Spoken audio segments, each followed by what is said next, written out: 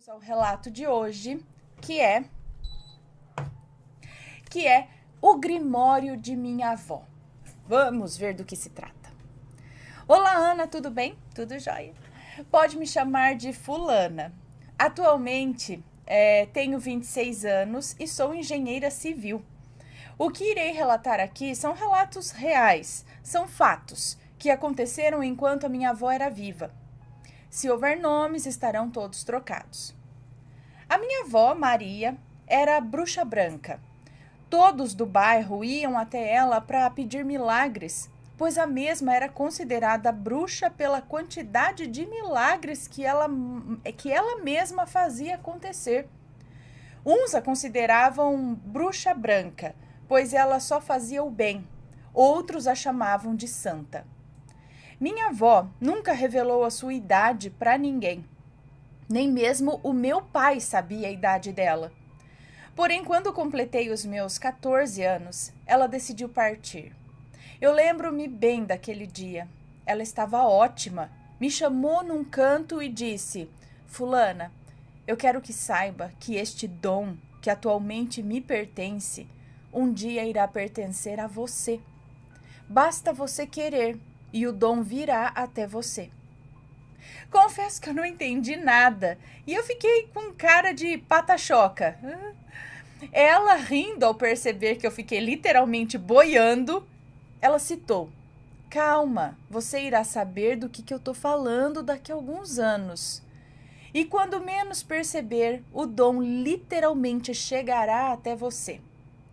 E aí eu perguntei a ela por que ela estava me falando essas coisas, sabendo que ela estava ótima. Era uma senhora super forte, dando 3 vezes mais de mim, né? Ela me olhou e disse: Calma, minha neta. A vovó decidiu que irá descansar pela eternidade. Eu já vivi muitos anos e eu já não estou mais dando conta das mudanças desse novo mundo. E eu fiquei pensando sem dizer em voz alta: será que a vovó ficou doidinha? E aí ela me olhou e sorriu e voltou até a sua salinha. Vou explicar para vocês entenderem aqui. A minha avó literalmente era como uma bruxinha. Fazia seus medicamentos com ervas em seu caldeirão gigante e enquanto fazia suas ervas, ela falava com voz estranha, num idioma diferente, o qual eu não entendia absolutamente nada.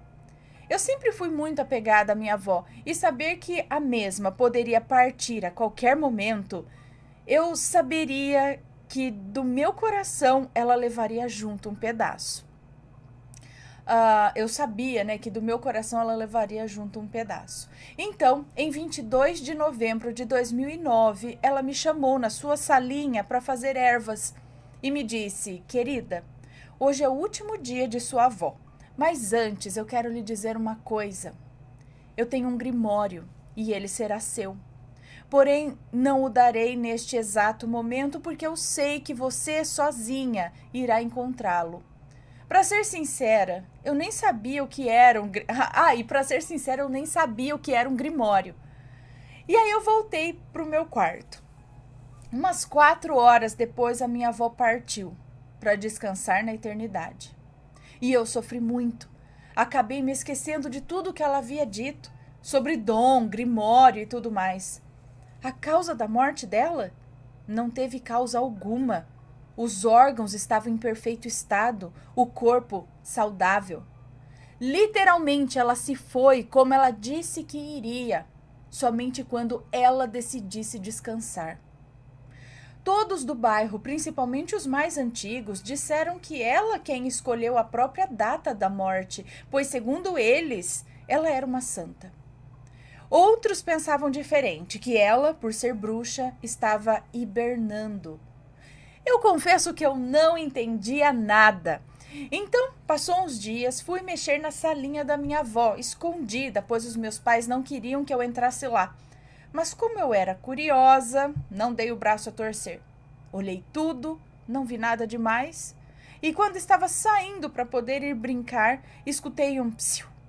Arregalei os olhos e o coração disparou. Eu juro que eu nem olhei para trás, eu só pensei em correr. Cheguei esbaforida até a porta da cozinha, Minha mãe me viu toda ofegante e me perguntou o que tinha acontecido. Eu disfarcei, falei que não era nada, mas como eu sou uma danada de curiosa e não sossego até descobrir, eu voltei lá para a salinha, pé por pé, com o coração na mão. E em cima, ao lado do caldeirão, havia um livro enorme. Não tinha livro nenhum lá antes. E ao me aproximar, eu fui perceber que era o grimório da minha avó. Ana, eu era uma menina curiosa. Porém, eu não abri o grimório. Eu levei para o meu quarto e escondi embaixo do colchão, pois eu tinha muito medo de abri-lo e lá ele ficou escondido. Quando completei os meus 22 anos, aí eu decidi abrir o grimório. Confesso que eu imaginava que ao abrir o grimório iria saltar dali um gnomo ou uma fada madrinha, mas a única coisa que saiu de lá foi apenas poeira mesmo. Decepcionante. Sempre gostei de ler livros e sempre que estou lendo um, eu não paro de ler até terminar. E com o grimório não foi diferente. Ana, nesse grimório da minha avó, ela relatou tudo o que viveu dentre esses anos até o período do seu descanso eterno. Como milagres, coisas assustadoras que já aconteceram com ela, algumas magias com ervas e também a verdadeira história das bruxas. O livro é literalmente gigante, escrito com caneta de pena, letrinhas tortas, porém dá para entendê-las perfeitamente. Eu vou relatar aqui os milagres que a minha avó registrou em seu grimório. Vou escrever exatamente como está escrito nele. Está escrito assim: dia 12 de fevereiro de 1951. Quantos anos a sua avó tinha? Bom, 12 de fevereiro de 1951. Ela disse, né? Ninguém sabia a idade dela. Hoje o dia encontrou-se chuvoso, nublado, sensação de morte, de perda. Estava preparando mais uma poção de ervas poderosas contra a gripe. Estava prestes a terminar e voltar para minha cama para descansar, porém escuto sons de galope. Pensei, será assombração? Ainda mais pelo período da tarde, pois estava próximo às 6 horas da tarde. Vou ficar quieta e esperar que o mal se vá. Não é necessário causar mais problemas e atraí-lo para dentro de casa. Ao fechar os meus olhos, escuto 3 batidas em minha porta e gritei: "O que queres?" E novamente escutei mais 3 batidas. Gritei novamente: "O que queres? Se não dissestes, não irei atendê-lo." Ficou em silêncio por alguns segundos e em seguida ouvi o relincho do cavalo e logo após a voz de um homem. "Senhora, me disseram que a senhora é uma santa. Tem uma criança necessitando de seus cuidados." Em seguida ouvi o silêncio e o choro daquele homem, implorando e pedindo por favor e misericórdia. Me levantei, coloquei o meu casaquinho e separei umas ervas e algumas poções que eu já havia preparado. Abri a porta, o homem estava montado em seu cavalo preto, usando o seu chapéu junto de um sobretudo negro. O mesmo me agradeceu por ter misericórdia, me ajudou a subir em seu cavalo e seguimos até a casa. Olhei de longe e notei a casinha pequena, muito humilde. O cavaleiro me deixou na portaria. Perguntei se ele não iria entrar comigo para que eu o ajudasse com o seu filho, e o mesmo botou a mão em seu chapéu e, me agradecendo, disse que colocaria o cavalo no celeiro e logo voltaria para ajudar se eu necessitasse de ajuda. Eu o agradeci e entrei naquela pequena casa. Bati na porta e uma moça com cara de choro e olheiras me perguntou o que eu desejava ali com uma voz de sofrimento e ternura ao mesmo tempo. Eu disse que eu tinha ido ajudar a criança que necessitava de atenção e cuidados. E a mesma insistiu em saber como que eu sabia que seu filho estava doente. Então respondi que primeiro eu cuidaria da criança e após isso eu lhe diria. Me aproximei do quarto onde se encontrava a criança. Ele estava magro, parecia um corpo seco. Pobre criança, sentia a dor, estava prestes a partir para a eternidade. Tirei de minha bolsa um frasco de poção Grihun, Gryyhun, e pinguei exatas 3 gotinhas entre os seus lábios pálidos, sem vida e ressecados. E após isso o menino fechou seus olhos. A moça entrou em desespero, dizendo que eu havia dado a ele veneno.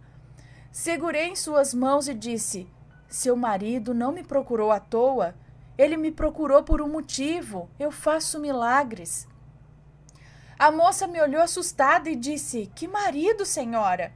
Eu nunca fui casada. Eu criei o meu filho sozinha, o qual tive apenas a ajuda do meu pai. E eu respondi: pois bem, um homem veio me procurar necessitando de minhas poções milagrosas. E ela ficou sem entender nada. Segurei em suas mãos e disse a ela: o que você está sentindo? E ela, soluçando de chorar, disse que sentia calor. Eu pedi para que ela segurasse a mão de seu filho e me dissesse o que ela sentia. Ela segurou, me olhou e disse que sentia frio. Pedi para que a mesma se afastasse.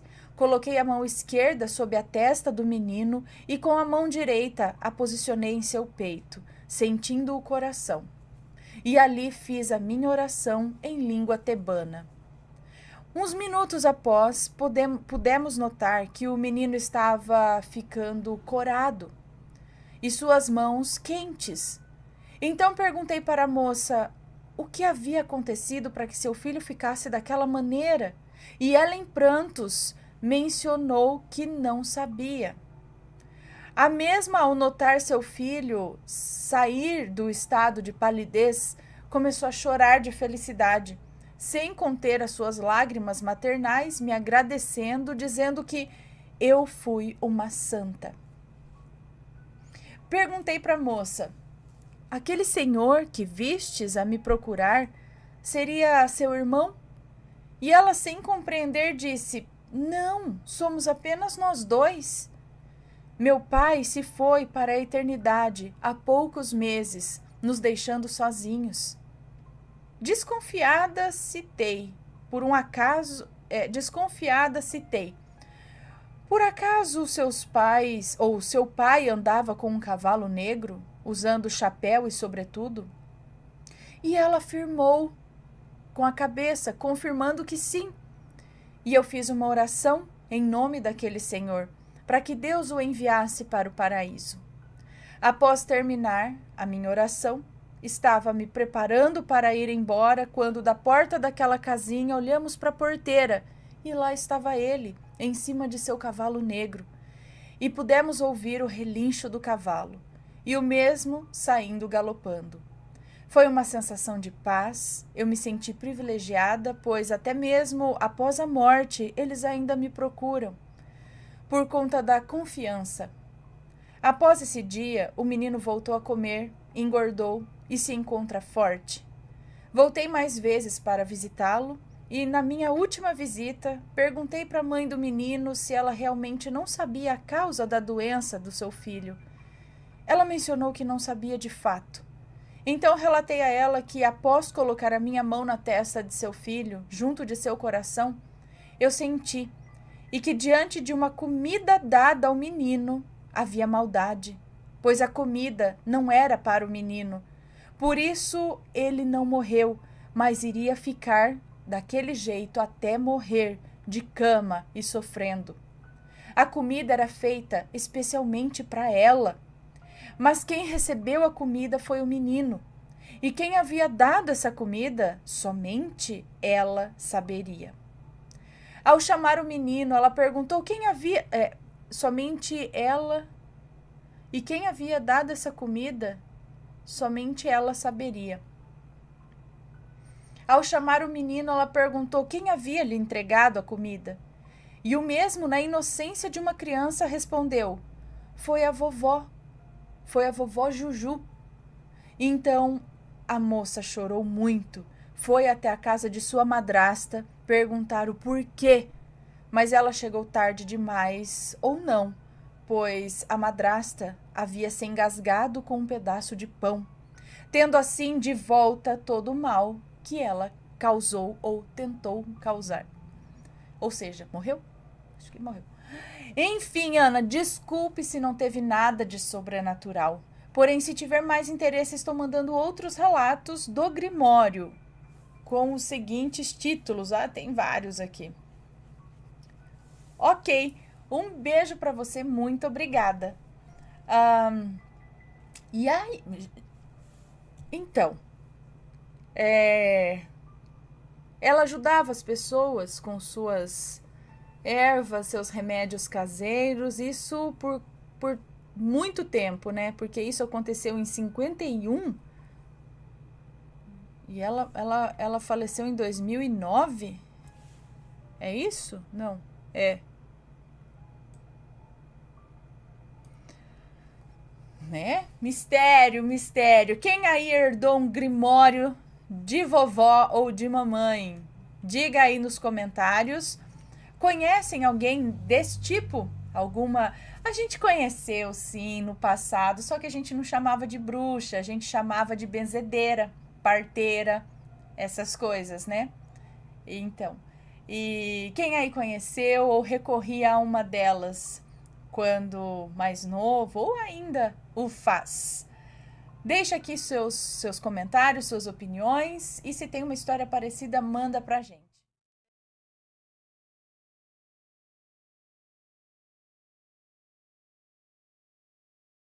Do que se trata esse relato? A freira fantasma. Já falou em freira, em fantasmas, duas coisas junto, a gente já fica com medo. E eu já me lembrei automaticamente de um relato que eu já contei aqui de uma freira fantasma. Mas vamos ver este daqui, do que se trata. Todos os nomes foram alterados, ok? É uma moça que nos conta, eu acredito. Olá, Ana e Matheus. Essa história se passou com uma amiga da minha avó paterna, da qual estou afastada. Eu ouvi esse relato da própria e ela desenvolveu seus poderes mediúnicos desde então. Eu mesma já fui salva por ela. Não foi inventado, tampouco copiado.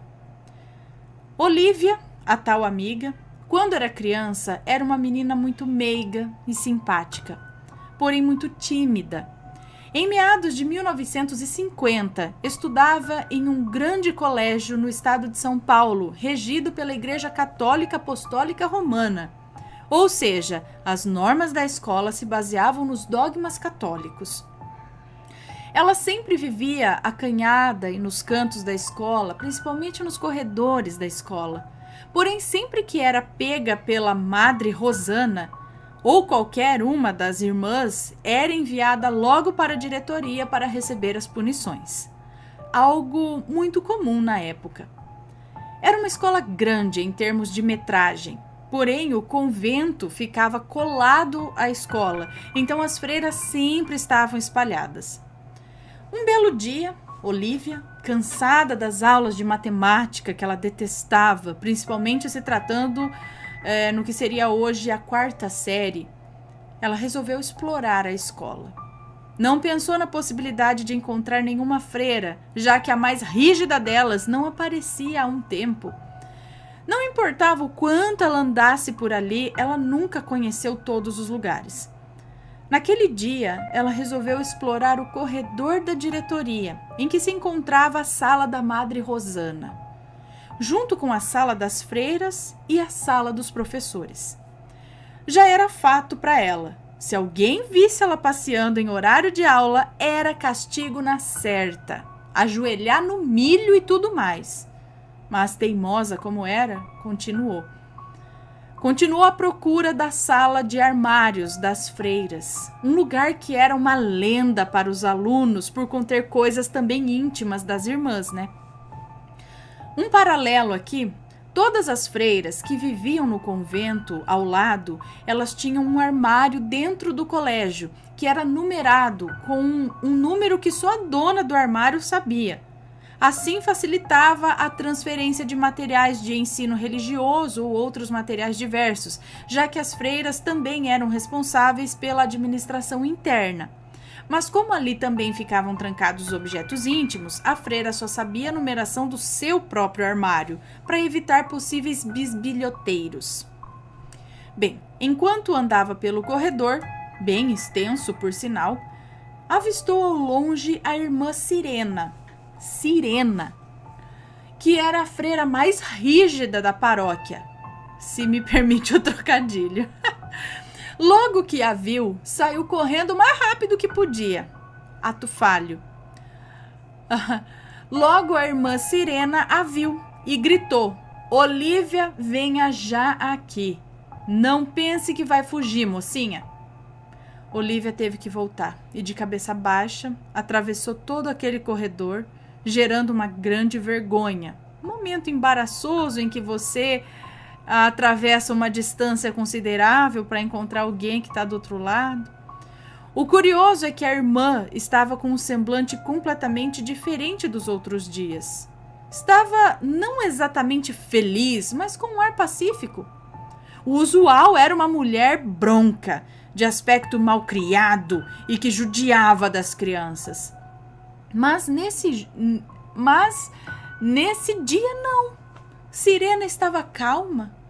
Logo que Olívia a encontrou, logo foi se desculpando, né?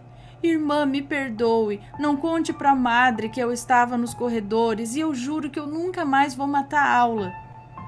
Estranhamente, a irmã não respondeu no tom agressivo de sempre. Respondeu que estava tudo bem. Olívia, menina boba.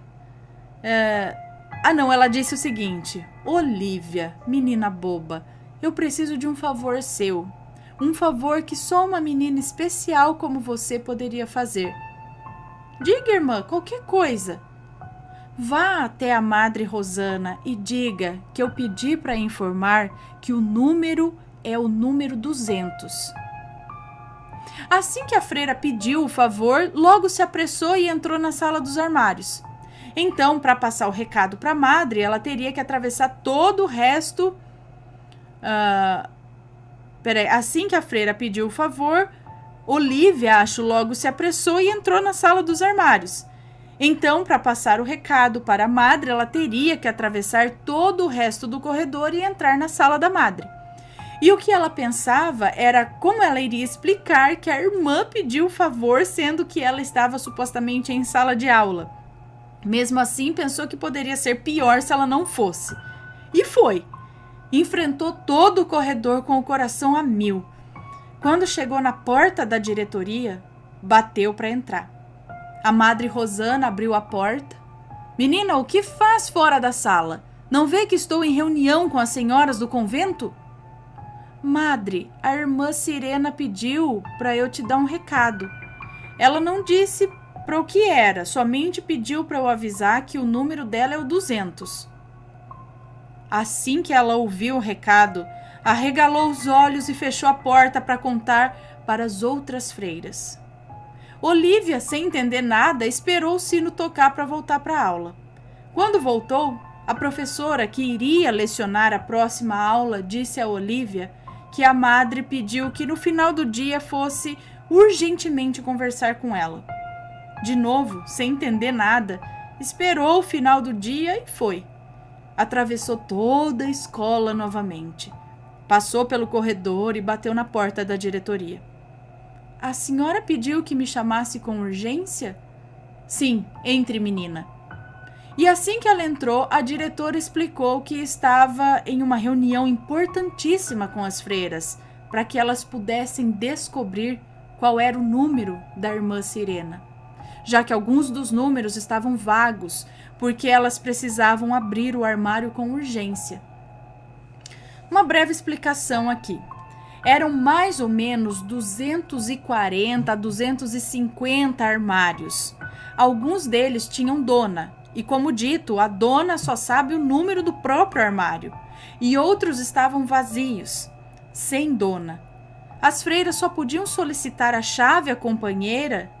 Não, as freiras só podiam solicitar a chave à companhia responsável uma vez, ou seja, elas só teriam a chance de chutar qual era o armário uma vez. Estranhando, Olívia perguntou: Madre, por que a senhora não perguntou para ela? Estava realmente muito difícil de encontrá-la, mas hoje mesmo ela estava andando pelo corredor. A madre respondeu: Olivia, você não sabe? A irmã Sirena faleceu ontem na enfermaria do hospital depois de uma forte pneumonia. Nós queríamos saber o número do armário para solicitar a chave reserva à companhia e enviar os pertences dela para a família. Nessa hora, Olivia gelou. Era certeiro que ela havia visto um fantasma. Bem, a madre pediu que ela não dissesse que havia visto a irmã a ninguém. E que mais tarde ela entenderia que era uma menina muito especial com um dom, mas que infelizmente a igreja se opunha a esse dom. Anos mais tarde, Olivia voltou a ver espíritos e hoje faz parte da mesa de um centro espírita, sendo uma das líderes. Esse é um dos relatos da minha família. Peço para que leiam em vídeo, seria um sonho.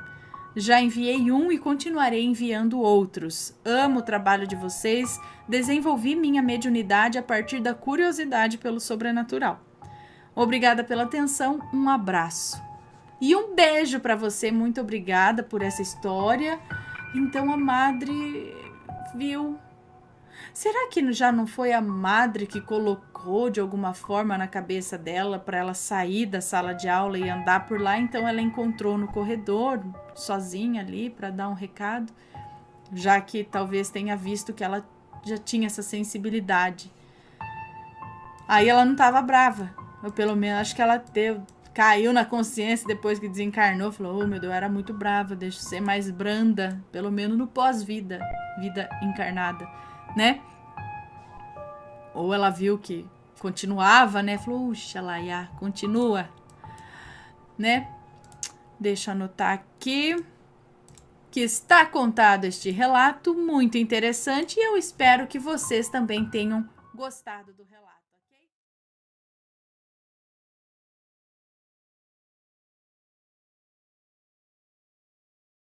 Na verdade, o título do relato é esse aqui, ó. Minha vida foi mudada e um amigo me antecipou o futuro. Vamos ver. Boa noite, Ana, Matheus e assombrados. Antes de mais nada, quero dizer que nunca pensei que fosse gostar tanto de um canal. Aliás, é o único que eu acompanho. E me ver como minha mãe, que há anos atrás ouvia o programa de rádio AM. Eu jamais imaginei que ia gostar tanto de um canal e me ver como a minha mãe, que há anos atrás ouvia o programa de rádio AM. E eu sempre lembro das manhãs de domingo sendo acordado pelo cheiro do café dela e a voz do Eli Correia. Atualmente eu tenho 36 anos, minha idade praticamente.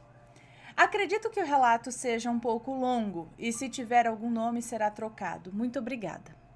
É um moço que nos conta. Bom, eu sou filho de mãe solteira. Cresci na região de São Caetano do Sul e vivia pelo ABC e Vila Prudente. Minha mãe trabalhava durante o dia e eu ficava sozinho em casa. A partir dos meus 13 anos de idade, comecei a me rebelar com a vida. Vandalismo, bebida e por aí vai. Mesmo assim, eu continuava estudando e estava saindo do ensino fundamental e indo para uma escola de segundo grau em outro bairro de São Caetano do Sul e estudando à noite, pois meus amigos estavam todos no período noturno e aí eu convenci a minha mãe. Bem, sem entrar muito em vida pessoal, hoje em dia eu trato algumas questões com psiquiatra, sou casado, bebo minha cervejinha, mas estou muito melhor. Que bom! Enfim, o relato começa nessa nova escola a que fui para o ensino médio. Eu e meus amigos matávamos aula praticamente toda sexta-feira, ou para jogar futebol numa quadra em Santo André, divisa com o município de São Caetano, ou para ir para a frente de um bar de reggae, também na divisa dos municípios. E fiz novas amizades com os meninos de outros bairros, e um desses meninos, que vou chamar aqui de Diego, era o que mais simpatizei. E ele comigo, então acabamos nos tornando bons amigos. Essa amizade começou em 1999, 2000 e se eu não me engano, por aí. Foram 2 ou 3 anos de amizade, acho. Diego e seu irmão estudavam à noite também. Diego era o rapaz que faria o papel de bonzinho em filmes, grande coração, tímido, sempre disposto a ajudar, até mesmo desconhecidos. Em qualquer situação, era aquele cara que ajudava. Seu irmão, Caio, também era uma boa pessoa, mas era mais descolado e sempre fumava conosco, um tipo de cigarro que na época não era bem visto pela sociedade em geral. E sempre estava com... Que tipo de cigarro é esse? Naquela época não era bem visto pela sociedade. Enfim, e sempre estava com garotas bonitas, o descoladão. Os pais deles eram professores universitários, eram pessoas bem educadas e eles ainda ajudavam seus pais durante o dia com entrega de comida, que eles tinham como uma renda extra. Quero dizer que não eram pessoas que estavam no caminho torto da vida. Não eram. Diferente de mim, que estava indo para o caminho errado já. Eu já era um pouco mais rebelde. Eu invadia prédios para pichar, usava minhas camisetas de banda de punk rock, já estava indo para coisas mais pesadas. Diego sempre que me via com a camisa da banda Bad Religion, com o sobrenome. Quando ele me via com a camisa do Bad Religion e a minha arrogância com o sobrenatural, me dizia de uma forma fraterna. Ele me dizia de uma forma fraterna para eu não zombar de símbolos sagrados e que essas coisas existem. Eu realmente confesso que, apesar do ocorrido, eu sou cético, mas eu fiquei impressionado com o que aconteceu. Bom, no último ano do ensino médio, mais precisamente junho de 2001, Diego começou a me dizer que ouvia muitas vozes ao mesmo tempo e eu, curioso, ficava sempre perguntando: mas e aí, o que elas falam? Eu era curioso, sabe? Sempre gostei dessas coisas, apesar de não crer. Ele disse que não entendia e que eram cada vez mais e mais vozes. Como eu era muito curioso, o irmão dele veio me pedir para eu não ficar falando com ele sobre isso, pois a família deles estava sofrendo com isso há algum tempo. Diego foi ao médico, foi ao psiquiatra e foi diagnosticado com esquizofrenia.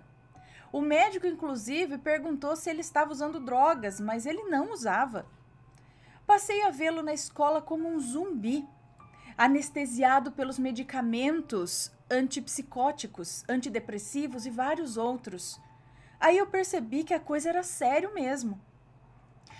Antes o irmão tentava animá-lo, dizendo que aquilo era falta de uma garota, era falta de viajar um pouco, e sempre o levava para a praia, mas não era isso.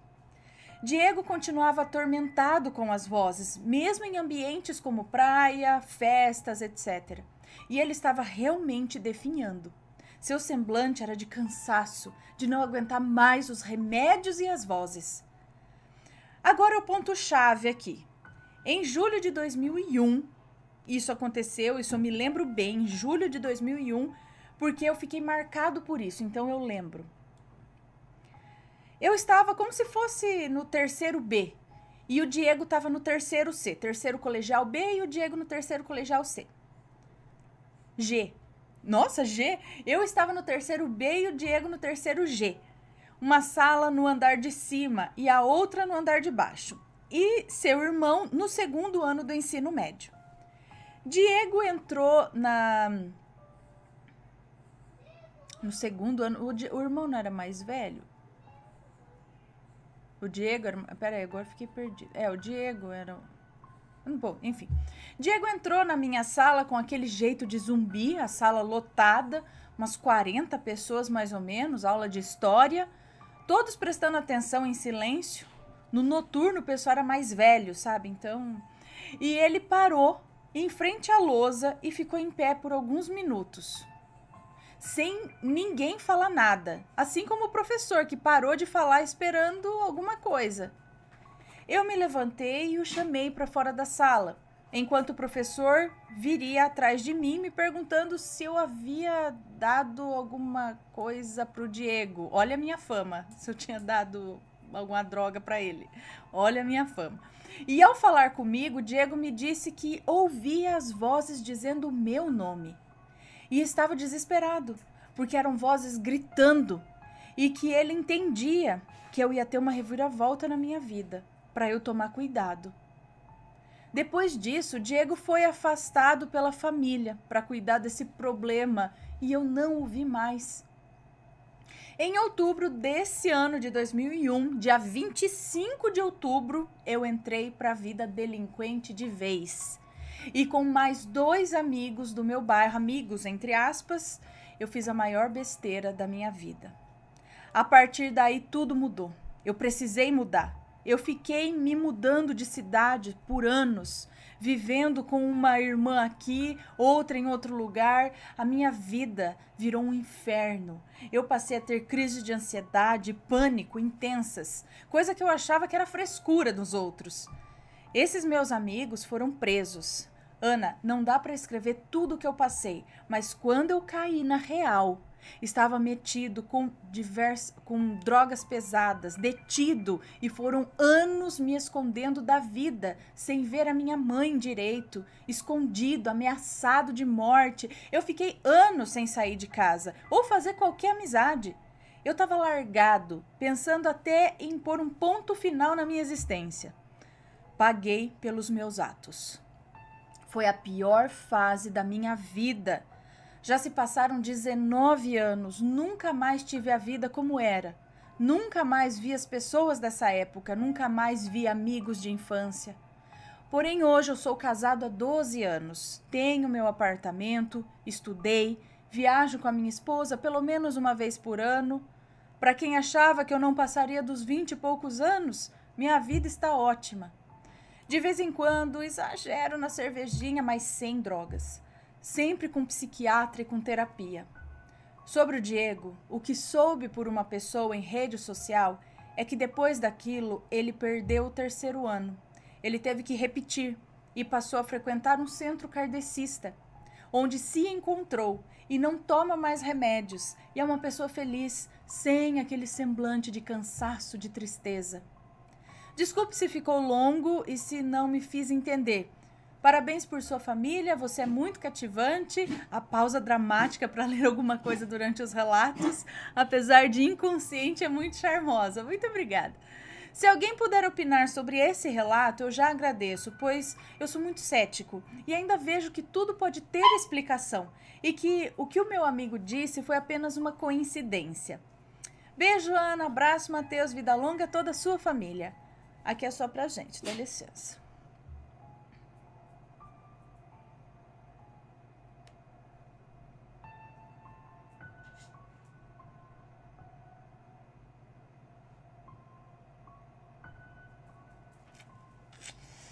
Bom, então aqui, vamos lá. O que é isso que eu fico pensando, né? Quando que a gente sabe que é esquizofrenia e quando que é mediunidade? Porque assim, oi, Rabinho, o que tu queres? Hã? Você quer sair? Tem alguém mexendo com comida lá fora, só pode. Quando ele fica desesperado pra sair, o Matheus tá mexendo com um prato, fazendo alguma comida. Senão, ele fica quietinho. Matheus, abre pro Rabinho, por favor. Abre para o Rabinho. Abre pro Rabinho sair. O duro é que abre o Rabinho quer entrar. Não, outra. Enfim, abre aqui pro o Rabinho, o cachorro, por favor. Matheus, você está me ouvindo? Você está mexendo com comida? Prato, alguma coisa? Olha lá, guardou a louça, então tá escutando barulho de prato bater, ele quer sair. Então, se o moço, ele escutou o nome do amigo e viu que tinha vozes gritando por ele, vai ver, pode ser, olhando pelo lado espiritual da coisa, coisas ruins, coisas assim, chamando por ele, e ele até que deu ouvidos a essas coisas ruins, cada vez se enfiando mais em coisas que não são legais, né? E a vida deu realmente uma reviravolta pro lado ruim da coisa. E parece que ele previu isso, né? O amigo dele. Agora, se fossem vozes aleatórias, eu não sei como, né, ocorre com a esquizofrenia, teria esse sentido? Por outro lado, a gente pode pensar que o amigo já sabia que ele estava metido com coisas que não eram muito legal, com coisas que não eram muito legais e tudo mais, e aí isso foi meio que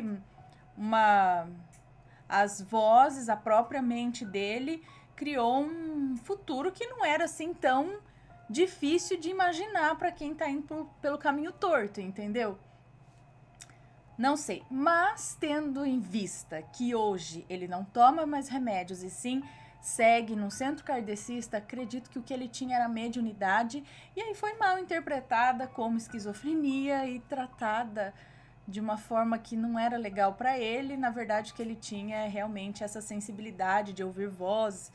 Aprendendo a lidar com isso, ficou tudo ok. Então, se era isso, o que ele ouviu tem a ver mesmo com a espiritualidade que estava falando a respeito do amigo. Eu não sei aí quem tem esse tipo aí de sensibilidade, de mediunidade. Ele dizia que ouvia muitas vozes, tudo junto, e ele não entendia. Eu já ouvi gente dizendo isso. Não é uma voz clara que vem e fala: o seu amigo corre perigo, avise ele que se ele continuar nessa, sabe? E a pessoa fica, meu Deus, tipo, calma aí, um de cada vez, sabe? Eu não sei, mas... E aí ele não entendeu tudo. Eu já li também pessoas que ouvem, que às vezes eles ouvem como se a pessoa estivesse falando muito rápido e eles entendem só parte da informação. Tipo, escutei isso e outra coisa, não é uma coisa bem claramente dita. É tipo, João, sabe? Cuidado, alguma coisa desse tipo, pelo que eu entendi, numa outra situação que eu li. Então, acho que ele pegou só essas coisas, de toda aquela bagunça que eu ouvi. Agora, não sei, tem como organizar essa bagunça de vozes? Eu não sei que jeito, mas tem como você falar, tipo, não, peraí, falam primeiro, faça fila, dá licença, que eu não tô entendendo ninguém. Alguma coisa assim.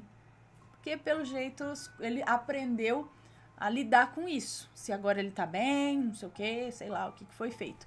Mas acredito que ele realmente era sensível e deu um recado do jeito que ele entendeu, do jeito que ele captou ali pela espiritualidade. E que bom que agora a vida está, ó, correta. Aqui. Muito bem.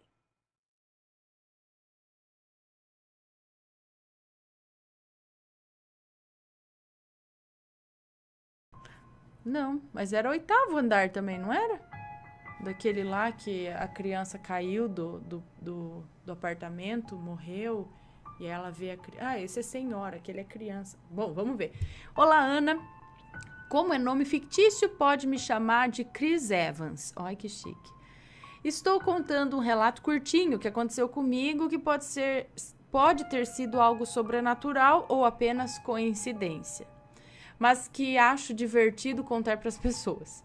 No meu antigo trabalho, numa ONG religiosa, eu precisava levar uma sacola para o apartamento da ONG, que ficava num prédio residencial e era na mesma rua do escritório. Em torno das 2 da tarde, eu fui até o apartamento sozinho.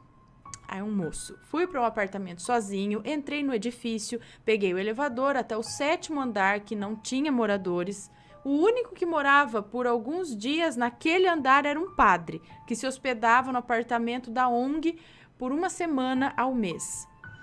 Aí eu cheguei no 7º andar, as luzes automáticas do corredor não se acenderam e eu fiquei no escuro. Entrei no apartamento 71. Coloquei a sacola na mesa, saí do apartamento. Olha, apartamento 71. Coloquei a sacola na mesa, saí do apartamento, tranquei a porta, as luzes automáticas não acenderam de novo e escutei um barulho vindo de algum lugar do andar. Mas eu não dei importância, entrei no elevador. Lá dentro, apertei o botão para descer ao térreo, mas o elevador subiu para o 8º andar. A porta do elevador se abriu, revelando uma senhora de cerca de 70 anos, parada de frente com o elevador. Ela não se moveu, ela apenas olhou nos meus olhos e disse: "Foi você que fez esses barulhos?" E eu respondi: "Não." E ela continuou: "A minha mãe morreu aqui nesse andar já faz 2 anos. E esses barulhos foram ela quem fez." A porta do elevador se fechou antes dela continuar a falar. Eu fiquei parado dentro do elevador, apenas processando o que acabou de acontecer. O elevador chegou no térreo e eu saí de dentro dele. Como sou curioso, eu fui conversar com o porteiro. mas ele era novo no emprego e não conhecia a mulher ou se teve alguma senhora que morreu no 8º andar. Enquanto eu conversava com o porteiro, eu ficava olhando o elevador para saber se a senhora ia chamar o elevador ou não, mas ela não chamou. Continuou no andar dela. Saí do prédio, cheguei no escritório, contei o ocorrido para as outras pessoas que trabalhavam comigo, mas nenhuma delas que visitava o apartamento conhecia a senhora ou sabia da sua história. Por coincidência ou não, um urubu ficou na minha janela do escritório quase a tarde inteira. Nunca, nos 3 anos em que eu trabalhei lá, eu tinha visto um urubu próximo do meu trabalho.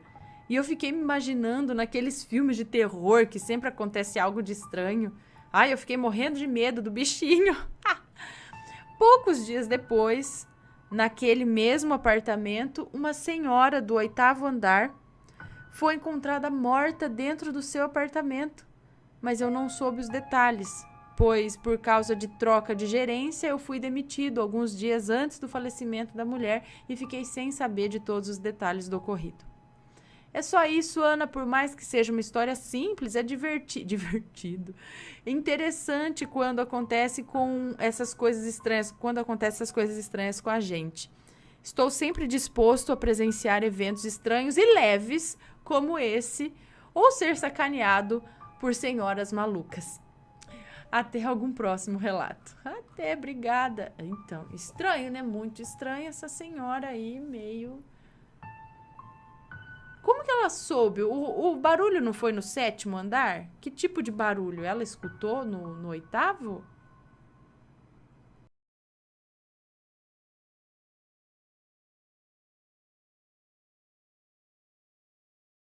Ok? Vamos que vamos para o relato de hoje, que é este daqui. A morta queria seu cabelo de volta.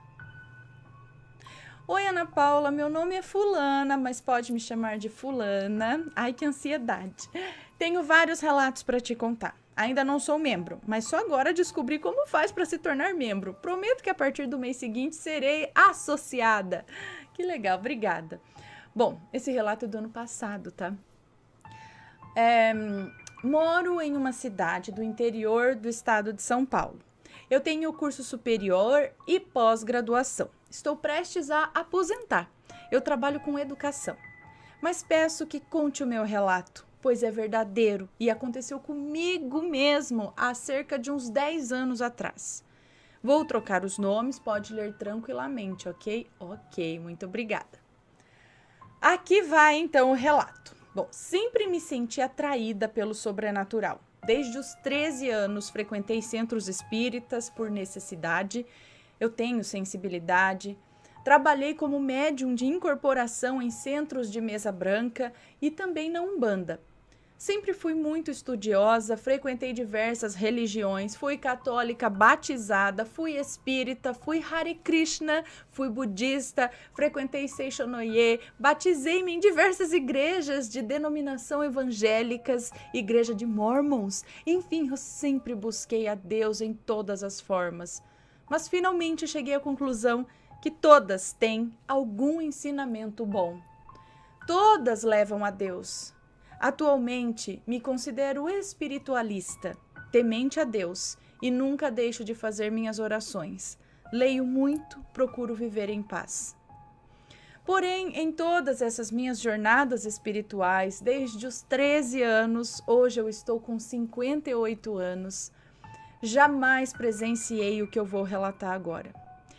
Há aproximadamente 10 anos. Esqueci de contar, eu tenho 5 filhos e 5 netos atualmente. Na época, apenas 5 filhos e 2 netos. E comigo e meu marido moravam 4 filhos, sendo 3 meninas e 1 menino. Bom, na entrada da minha casa tem um hall, onde havia um grande espelho e ao lado um escritório. Logo a seguir, temos a sala de jantar, que tem uma porta que dá para um jardim de inverno, onde eu estava no final de noite de domingo, com meu marido, saboreando um churrasquinho e ele tocando violão. Na sala ao lado, na sala de TV, meus filhos assistiam ao Fantástico. Estavam lá minha terceira filha, que aqui vou chamar de Maria, os gêmeos Laura e Luan. Quando por volta das 10h30, chega minha filha mais velha com o namorado, Cíntia e Marcos. De onde eu estava sentada, dava para ver o hall de entrada. E minha filha parou em frente ao espelho.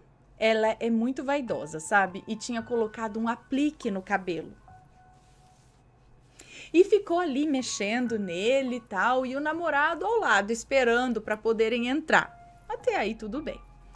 Porém, o que achei muito estranho é que já era tarde, noite de domingo. No dia seguinte, todos tinham aula e trabalho. E o que foi estranho é que atrás dela havia uma mulher que eu não conhecia. Ela estava de saia longa, florida, toda colorida, com o cabelo cortado bem chanelzinho assim. Cabelo castanho, com os braços cruzados na frente do corpo, esperando também que a Cíntia, minha filha, se arrumasse em frente ao espelho. Então, eu comentei com meu marido. Nossa, que tarde para vir uma visita em casa. Ainda mais que eu não conheço, né? E não sei o que. Quem será? Será parente do Marcos? Irmã, mãe, sei lá? Mas essa hora? E aí meu marido não disse nada e continuou tocando violão. Apesar de estarmos terminando um churrasquinho, deixo claro que ele sim até tomava uma cervejinha, mas eu não bebo, nunca bebi nada de álcool. Caso imagine que eu tô vendo coisa, né? Bom, todos entraram, passaram pela sala de jantar, passaram em frente ao jardim de inverno onde eu estava e foram para a sala de TV onde os outros estavam. Fiquei aguardando que viessem me apresentar a tal mulher, né? E nada de vir ninguém. Então, aguardei um pouco e nada, aí eu chamei minha filha. Cíntia, vem aqui um pouco. E ela veio. E aí eu perguntei, quem é essa mulher que veio com vocês? E ela falou, que mulher, mãe? A que chegou junto com você e com o Marcos. E ela, espantada, respondeu, mãe, só chegamos eu e o Marcos. Como assim, Cíntia? A mulher de saia longa, cabelinho Chanel, que estava atrás de você. Você não viu? Você não viu, Luiz? Perguntei pro meu marido, confirmando. E então ele disse, você falou, mas eu não vi ninguém. Como assim? Eu te falei quando a Cíntia chegou com o Marcos e a mulher. Bom, levantei e fui até a sala de TV. Eu achei que eles estavam me zoando, fazendo uma pegadinha, e comentei com todo mundo lá. Expliquei detalhes que eu vi ao vivo e a cores, gente. E todos me olharam com estranheza. Tipo, não. Foi aí que a ficha caiu. Eu tive uma visão. O cabelo que a minha filha havia comprado e pagou muito caro começou a atrapalhar o crescimento do cabelo natural dela. O cabelo natural dela estava fraco, minguado mesmo, parecendo cabelo de espiga de milho, estava ralo e fraquinho. Bom, passado um tempo, fui ao centro espírita que frequentava e tive uma revelação. A Cíntia precisava tirar urgente aquele aplique do cabelo, pois aquela mulher que estava atrás dela, naquele dia, que só eu vi, ela era a dona do cabelo. Ela era uma mulher evangélica, que tinha um longo cabelo virgem e que, quando faleceu, cortaram o cabelo dela sem sua autorização para vender. E ela queria o seu cabelo de volta. Minha filha imediatamente retirou o cabelo e colocamos fogo. Mas foi difícil. O cabelo não pegava fogo. Você já viu cabelo não pegar fogo? Foi horrível, mas nos livramos dele. Porém, até hoje eu tenho medo das consequências que isso pode provocar. Bom, fica a dica, gente. Tome muito cuidado com a procedência desse tipo de produto. Apesar de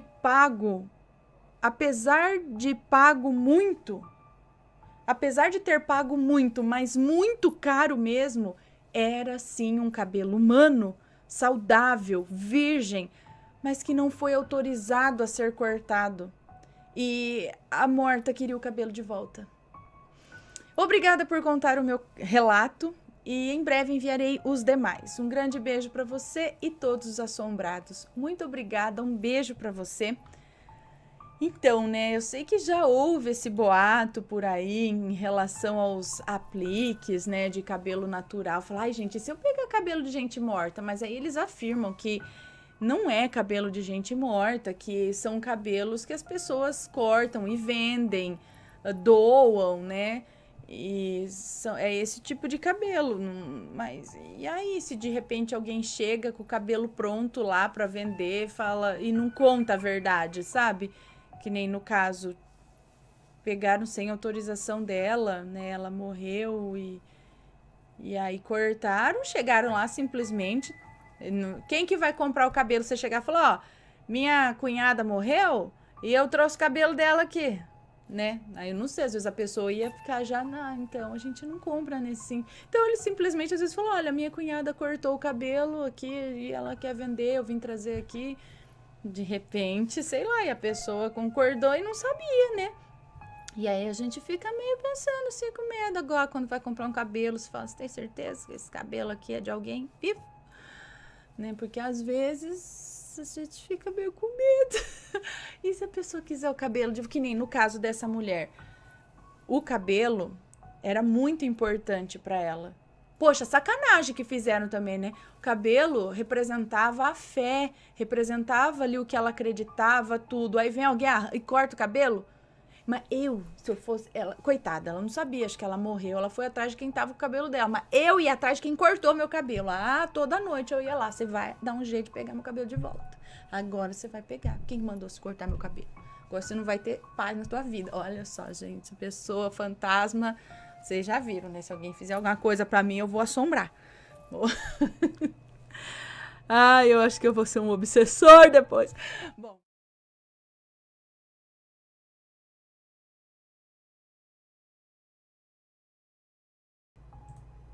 Vai, meu amigo. A Bela Moça da Janela. Olá, é uma moça, acho que nos conta. Olá, Anne Assombrados, me chamo Fulana e sou apaixonada pelo canal que conheci por um acaso e hoje eu não vivo sem, eu acho show. Bom, desde pequena eu escuto muitos relatos que aconteceram com a minha família, que a propósito a maioria tem algum tipo de dom sobrenatural. Então tomei coragem e estou aqui para relatar mais um para vocês.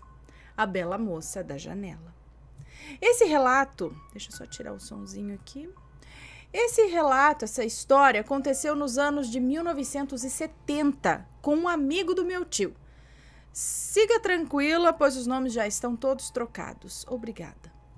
O Marcos era um grande amigo do meu tio Bruno. Todos os dias ele ia para o serviço de bicicleta. Pegava às 7 da manhã e só retornava às 17 horas da tarde, às 5 da tarde. Sempre pelo mesmo caminho. Era sempre alegre, educado, por onde passava cumprimentava a todos. Bom dia, boa tarde, um cara de bem com a vida, sabe? E um romântico à moda antiga. Sempre fazia o mesmo percurso para o trabalho, porém um dia atípico, no qual começou a chover muito, ele desprevenido, sem a sua capa de chuva, resolveu cortar caminho e assim chegar mais rápido. Mesmo que tivesse que passar por uma rua meio deserta, com casas bem antigas, mas como era mais rápido, ele não pensou duas vezes e seguiu estrada fora. Eis que com suas pedaladas rápidas, ele vê uma linda jovem em uma janela de uma das casas antigas da rua. Era uma moça de pele clara, cabelos negros bem compridos. A visão deixou ele meio que sem ação, sabe? Tipo, uau! Ele freou a bicicleta e deu àquela bela moça o seu mais bonito e educado e molhado boa tarde. A Bela respondeu e logo sumiu, fechando a janela de forma brusca logo em seguida.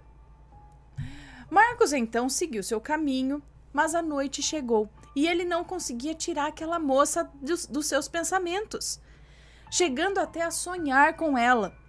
Resolveu então que a partir desse dia seu trajeto de volta para casa seria sempre esse.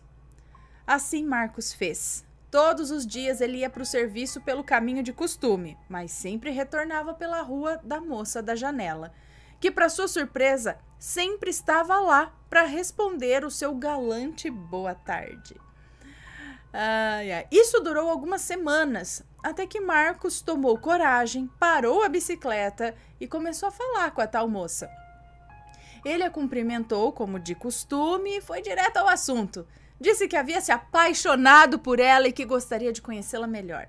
Se ela o permitia vir até sua casa, se apresentar aos seus pais e pedi-la em namoro. Ufa!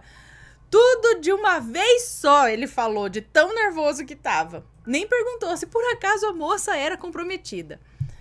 Para sua imensa alegria, a moça concordou, pedindo para que ele voltasse 2 dias depois, nesse mesmo horário, que ela o deixaria entrar. Marcos foi embora com o coração explodindo de felicidade. Foi até a casa do meu tio contar a novidade de que logo estaria namorando com uma bela moça. Meu tio ficou muito feliz com a notícia, sabia que Marcos era um cara do bem e merecia encontrar a sua cara metade. Mas Marcos, ao chegar em casa e analisar com calma o ocorrido, notou que, mesmo a moça sendo tão linda, ela tinha olhos tristes e distantes. Mas deixou pra lá, pois sua empolgação falava mais alto. No dia seguinte, ele seguiu então com sua rotina diária, porém foi liberado mais cedo do serviço devido ao mal-estar que teve. Uma ideia então surgiu em sua mente. Ele iria passar em frente à casa da bela moça, sua futura namorada. Empolgado, lá se foi ele. Para sua surpresa, ao passar em frente à tal janela, achou que tinha tomado o caminho errado, pois a casa e a janela estavam diferentes, bem mais velhas, com trepadeiras espalhadas, tintura gasta e o pior, ela não estava lá. Sentiu um aperto no peito. Ele então desceu da bicicleta, foi até a janela, bateu, queria chamá-la pelo nome, mas sua empolgação foi tamanha que nem o nome dela ele havia perguntado. Bom, ninguém o atendeu. Ele não se importou, pensou que deveriam ter saído. Sendo assim, resolveu ir embora e retornar no dia e hora combinados. Eis que chega então o grande dia. Marcos saiu do serviço, passou em uma floricultura e comprou um lindo buquê de flores. Seguiu o mais rápido possível o seu caminho.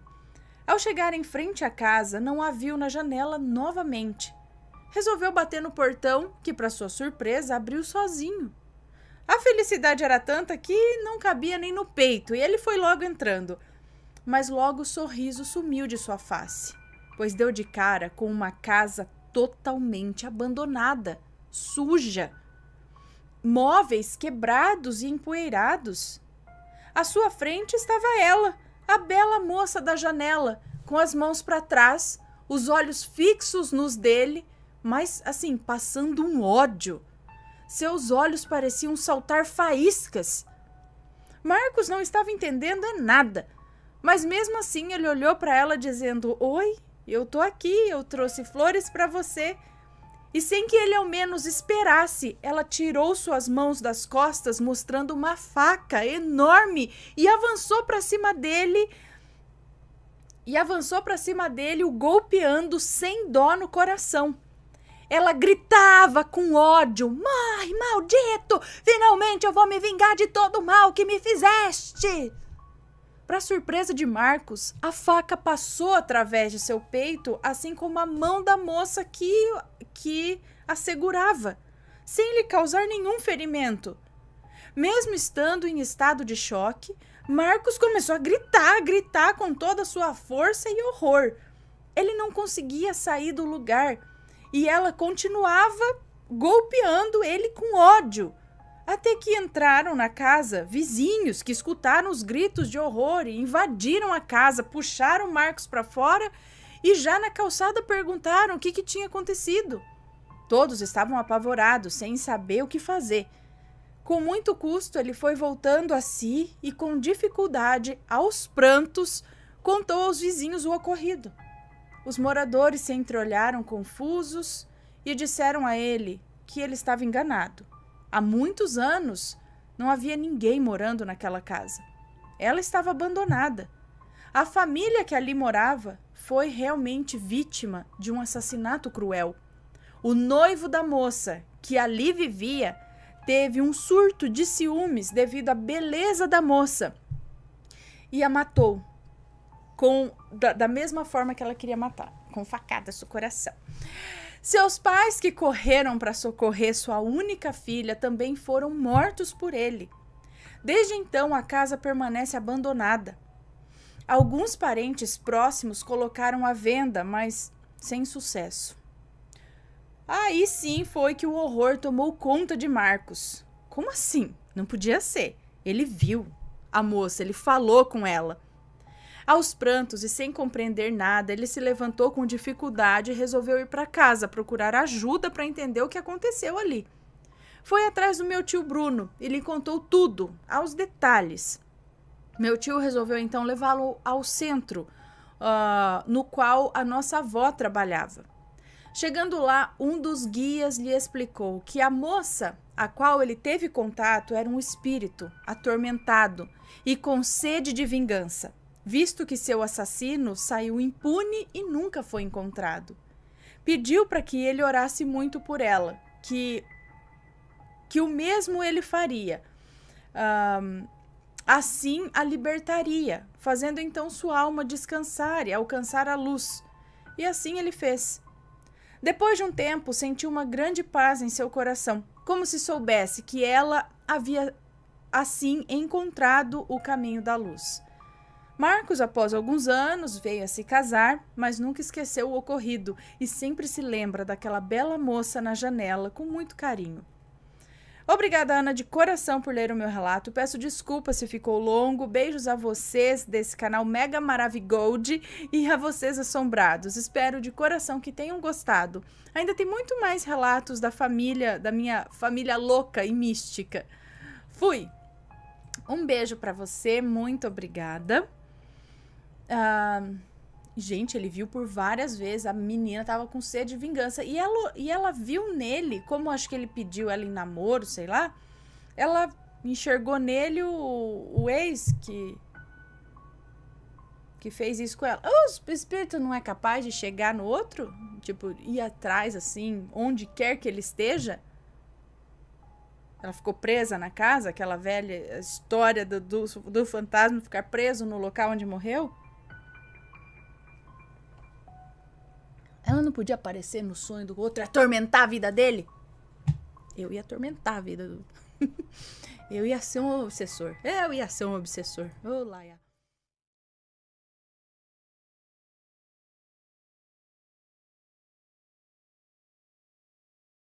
Sobre uma noite de culto cristão e metaleiros doidões, digamos assim. Não sei, vamos ver o que é essa história. Não é muito longo não, tá, o relato.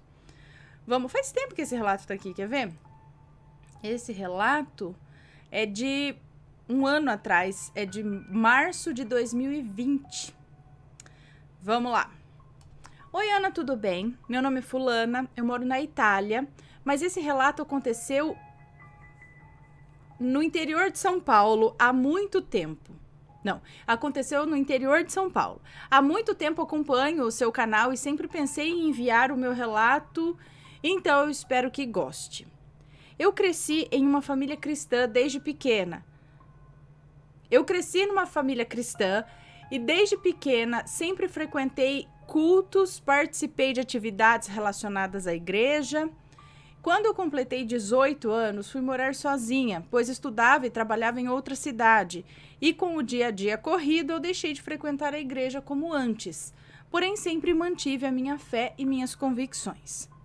Em um sábado, decidi visitar uma igreja do outro lado da cidade, pois quando eu era pequena, eu conheci algumas pessoas dessa igreja, que visitavam a minha igreja, que era em uma cidade ao lado. Tá. Deixa eu só ver aqui. Tá.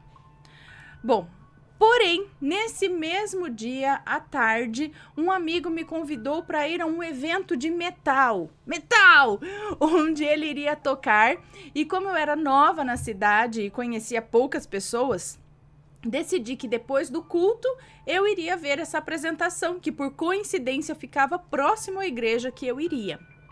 Deu o horário do culto, lá estava eu, sentei no último banco, pois estava com um pouco de vergonha por estar um pouco maquiada demais para a ocasião, além, é claro, da vergonha por não conhecer ninguém. No final do culto, fui uma das primeiras a sair. Coloquei a Bíblia dentro da bolsa e fui ao evento de metal para ver o meu amigo tocar. Chegando no lugar, me senti muito estranha, pois as pessoas estavam numa vibe diferente, sabe? Todos muito embriagados e tudo mais, ali logo na entrada, sabe? Estava lotado, já era por volta ali da meia-noite quando finalmente eu encontrei o meu amigo que estava muito louco de tudo que você pode imaginar, álcool e tudo mais. E nesse momento pensei em ir embora para casa, mas eu decidi ficar. Ao chegar na portaria, tinha um homem muito estranho que pediu para ver o que eu levava na minha bolsa. Aparentemente era um controle para não entrar armas, né? Ao abrir minha bolsa, lá estava a Bíblia. Ele me olhou com uma cara de espanto, tipo, e me deixou passar. Ao entrar, me arrependi no mesmo momento, pois o lugar era escuro, cheio de pessoas que não estavam em seu juízo normal. Tinha muita droga, muito álcool e todos vestidos de preto e eu toda patricinha de cor-de-rosa. Destoava totalmente de todos que estavam lá. Claro que a gente usa preto nesses eventos, né? Bom, muito incomodada, depois de um pouco mais de 1 hora andando em meio àquelas pessoas ao som de muito metal, que por sinal eu adoro, mas naquela noite em específico, aquele lugar, né, me incomodou muito. Encostei no balcão, pedi uma água e ao pagar percebi que a minha bolsa estava aberta e a minha carteira havia sido roubada. Filhos da mãe. Naquele momento eu só pensei em como eu faria para voltar para casa sozinha às 3 da manhã. Fui procurar meu amigo e ele já tinha ido embora. Nesse momento me bateu o desespero. Eu estava quase 5 quilômetros de distância da minha casa, sem dinheiro e sozinha. Saí da festa e decidi chamar um mototáxi para me levar para casa, pois lá eu teria dinheiro para pagar. E, para minha surpresa, o meu telefone estava sem bateria. Ele estava sem bateria. Nesse momento, eu decidi que não teria outra maneira de ir embora a não ser a pé. Isso aí tá me lembrando pesadelo. É que ela tá falando aqui, antes, no e-mail, que isso aconteceu em 2006, tá? Beleza. Gente, ai meu Deus. Imagina, 3 da manhã, uma moça sozinha andar 5 quilômetros pra chegar em casa. Não tinha nenhum orelhão? 2006 tinha orelhão ainda. Emprestar o celular de alguém? Mas vamos lá. O caminho pra casa era longo, porém, em sua grande maioria, era uma avenida no centro da cidade que tinha muitos andarilhos, pessoas que consumiam drogas, sem contar os viadutos escuros e pontes. Quando fazia cerca de 10 minutos que eu estava caminhando, com os pés já doendo, pé doendo porque estava em um salto de quase 10 centímetros, percebi que havia alguém andando lentamente atrás de mim. Por isso que eu gosto de andar com sapatos confortáveis, botas e coturnos, porque nunca se sabe, vai que a gente precisa andar muito, correr, então o salto me incomoda. Vamos lá, continuando. Percebi que havia alguém andando lentamente atrás de mim. Eu senti tanto medo que não consegui olhar para trás, e assim continuei andando por alguns quarteirões. Quando finalmente essa pessoa me alcançou, meu coração quase parou. Era um homem, loiro, com cabelos compridos. Ele usava uma roupa preta, botas e um sobretudo que era apavorante. Essa pessoa caminhava ao meu lado calado. E foi assim, por 2 ou 3 quarteirões. Até que eu criei coragem e perguntei o que ele queria. Tipo, e aí, qual que é a tua? Vai me assaltar? Vai fazer alguma coisa? O que tá aqui do meu lado? Eu te conheço? Né? O que ele queria? E ele respondeu: eu não quero nada, apenas estava te observando desde que saiu da igreja e entrou na pior festa que poderia entrar. Eu, nesse momento, estava certa que algo errado estava acontecendo, pois eu não bebo, eu não uso drogas, e fiquei atenta a noite toda. E eu não vi essa pessoa até aquele momento. E acredite, ele era muito diferente de todos que estavam lá. Ele era muito bonito, mas não parecia ser desse mundo. Eu não soube o que dizer, então eu continuei caminhando e pedindo a Deus para me proteger, porque naquele momento eu estava totalmente vulnerável. Na metade do caminho ao nosso encontro, estava um grupo de uns 8 homens visivelmente drogados e um tinha uma faca, eu tinha certeza que no mínimo eu seria assaltada. Mas quando esse grupo chegou perto, o homem que estava ao meu lado apenas olhou para eles e essas pessoas simplesmente saíram correndo. Ana, nesse momento eu já não sabia do que eu tinha mais medo, de estar sozinha ou com essa pessoa estranha do meu lado. E foi assim o caminho todo.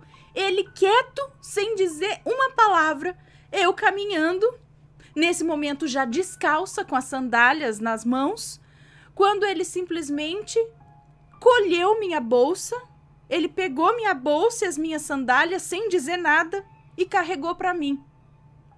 Essa pessoa me acompanhou até a porta da minha casa, sem dizer nada, sem tentar nada e sem ao menos olhar para minha cara. E o mais estranho foi que ele sabia onde eu morava, pois quando chegamos, ele parou, me entregou a bolsa e as sandálias e disse: "Tome cuidado, o mundo é cheio de pessoas ruins. Hoje você está segura." E eu perguntei: "Qual é o seu nome?" E ele respondeu: "Gabriel." Ai, meu anjo. Eu abri a bolsa para pegar a chave para abrir o portão e na minha frente essa pessoa desapareceu. Foi o tempo de eu olhar para dentro da bolsa e ele sumir como mágica. Eu entrei em casa, fechei a porta e não acreditava que aquilo havia acontecido. Mas eu sabia que essa pessoa foi um anjo que me livrou de todo o mal que eu iria enfrentar naquela noite. Ana, apesar de eu ser uma mulher que conhece e acredita nos princípios cristãos, eu também sou muito aberta a tudo. Acredito em muita coisa que o cristianismo condena, ou até mesmo desconhece. E eu te digo, isso foi real. E sem dúvidas foi um privilégio ter vivido essa experiência e poder contá-la a vocês. Bom,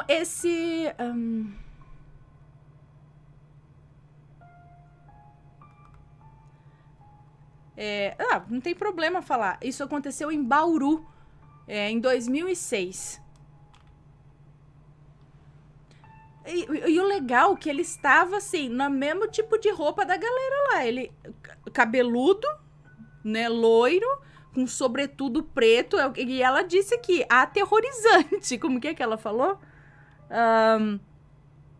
Olha lá, apareceu, ele era loiro com cabelos compridos e usava uma roupa preta, bota e um sobretudo que era apavorante. Mas seguiu ali. E ele falou que viu ela saindo da igreja. E sabia onde ela morava. E tipo, ou é um stalker daqueles cara apaixonado e tímido, né? Mas nunca mais apareceu, não falou mais nada. Ele sumiu. Pronto, tá? Não precisa falar mais nada. Ela baixou pra pegar a chave, o cara sumiu. Ele era um anjo do tipo... Quem já assistiu Anjos Rebeldes? Lembra? Tinha um anjo lá, eles eram de sobretudo, assim, também. Ou então Cidade dos Anjos, eles também usavam sobretudo preto. Muito legal. Muito legal.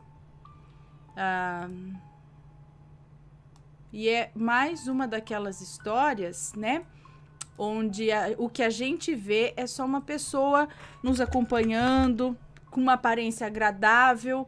Agradável, ela estava um pouco assustada, assim, com a aparência, mas ela falou que ele era muito bonito, né? Agora, a ameaça, aqueles 8 homens ali que estavam armados e não sei o que eles viram? Para sair correndo, 8 sair correndo de alguma coisa? Assim, que fosse um anjo, mas ele não se mostrou de maneira muito bonita para os outros, não, né? Para fazer fugir. Deixa eu dar beijinho aqui rapidinho.